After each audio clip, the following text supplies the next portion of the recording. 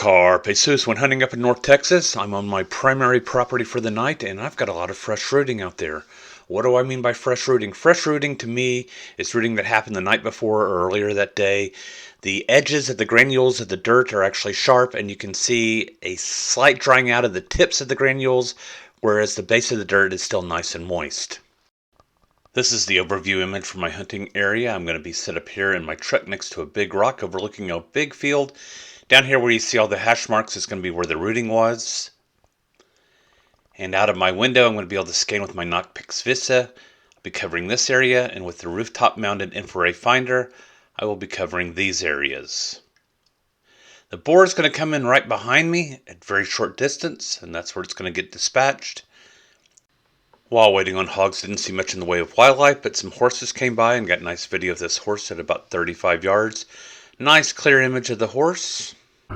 However, the audio quality on the Knockpix Vista is functional. We'll just leave it at that. I'm showing this truck to kill a little bit of time. This is going to be one of my last videos for a couple weeks. I might have one more video, but I'm due to have a procedure in the hospital, and I'll be out for about 7 to 10 days.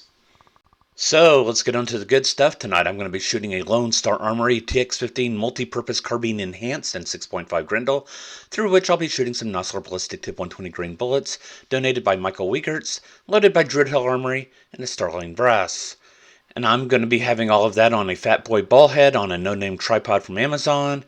And of course, my rifle scope is a Bearing Optics Super Yoder LRF.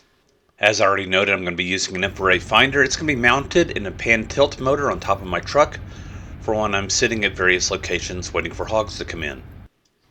So at this point in the hunt, I'm sitting in the truck, scanning out the window to the field that had all the rooting in it while the infrared finder is scanning the area behind me. And I notice this hog coming in behind me. I get out of the truck, get on the rifle, and this is where the action's going to pick up. It's going to happen very fast because the hog is going to very nicely stop for me and do a security check. Alright, here we go. Given the opportunity, I'm not going to throw it away. I went ahead and took the shot.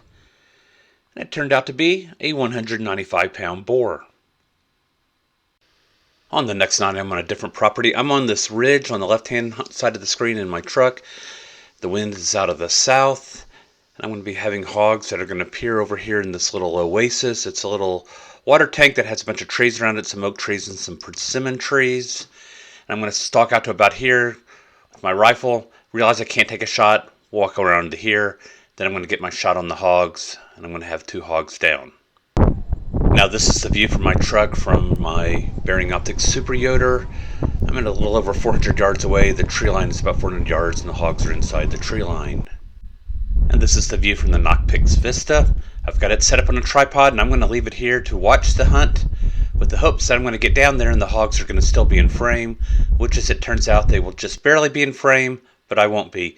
Here I'm going to stop. This is where I'm going to get my first view of the hogs, and I realize they're still behind quite a few trees and I don't have a shot opportunity here, so I'm going to need to move further to the left.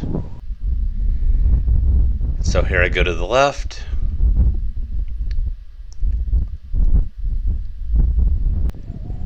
And get set up. Now I've got a clear view of the hogs.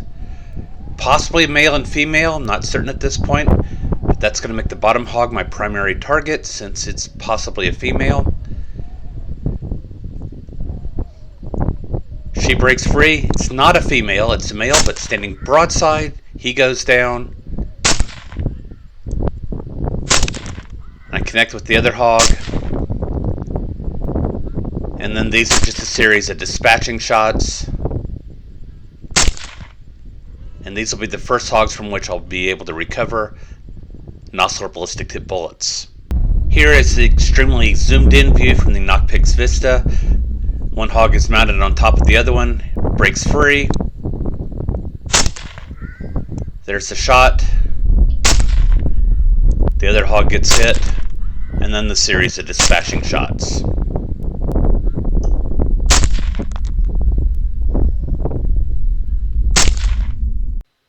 The first hog shot turned out to be a 195-pound boar. Brass Catcher by Tactical Brass Recovery. And to my surprise, the second hog was smaller, coming in at 180 pounds. And of course, if you stalk out, you have to stalk back. So 450 yards out, 450 yards back. Later that night I returned to the property with the rooting on it that's seen down in the lower right hand corner. I'm going to be driving into my truck, being on the road up the top center. Winds are out of the south. When I'm going to spy a hog down here to the south, turns out to be on the neighbor's property. I watch it for a little while before giving up on it, deciding to head back to the truck, noticing hogs down in front of the truck.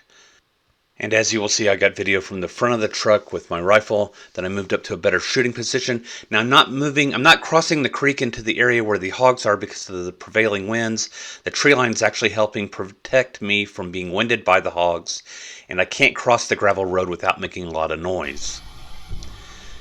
Now this is the view of the hog that was initially to the south, that's on the neighbor's property behind the fence. It never crossed over to my side of the fence. And now this is the view from the front of the truck, after I realized there are hogs up here by me. You can hear the winds going pretty good. Now I'm in my final shooting position. I'm not going any further forward because the trees are helping block the wind so that the hogs aren't winding me, and crossing the gravel road is going to make too much noise, and I've got to cross the gravel road because it's a bridge crossing a creek and it's covered in gravel. So I'm going to stay right here, trying to pick out which hog would be the best shot opportunity. Most of these hogs are blocked by small limbs, and so I don't really have clear shots on them, but I can't really move up either. This one hog there, back off to the left, is going to be my target. It's the one that is most out in the open. Turns out to be a female. I thought I might get a 2-for lined up on these little piglets, but I can see this is a female. She's readily available. I'm going to go ahead and take her. She goes down. The hogs take off. The second shot actually hit a stop on the tree, so a broken off branch, and all of this is too thick to shoot through. And the hogs make it to the creek, down into the creek, and they are gone. She turned out to be a 130-pound sow, and she did it for my night. But take a look at Carpe Analysis, the Dromedaries number 79, where I'll take a look at some of the ballistics of the shots and see how the bullets performed.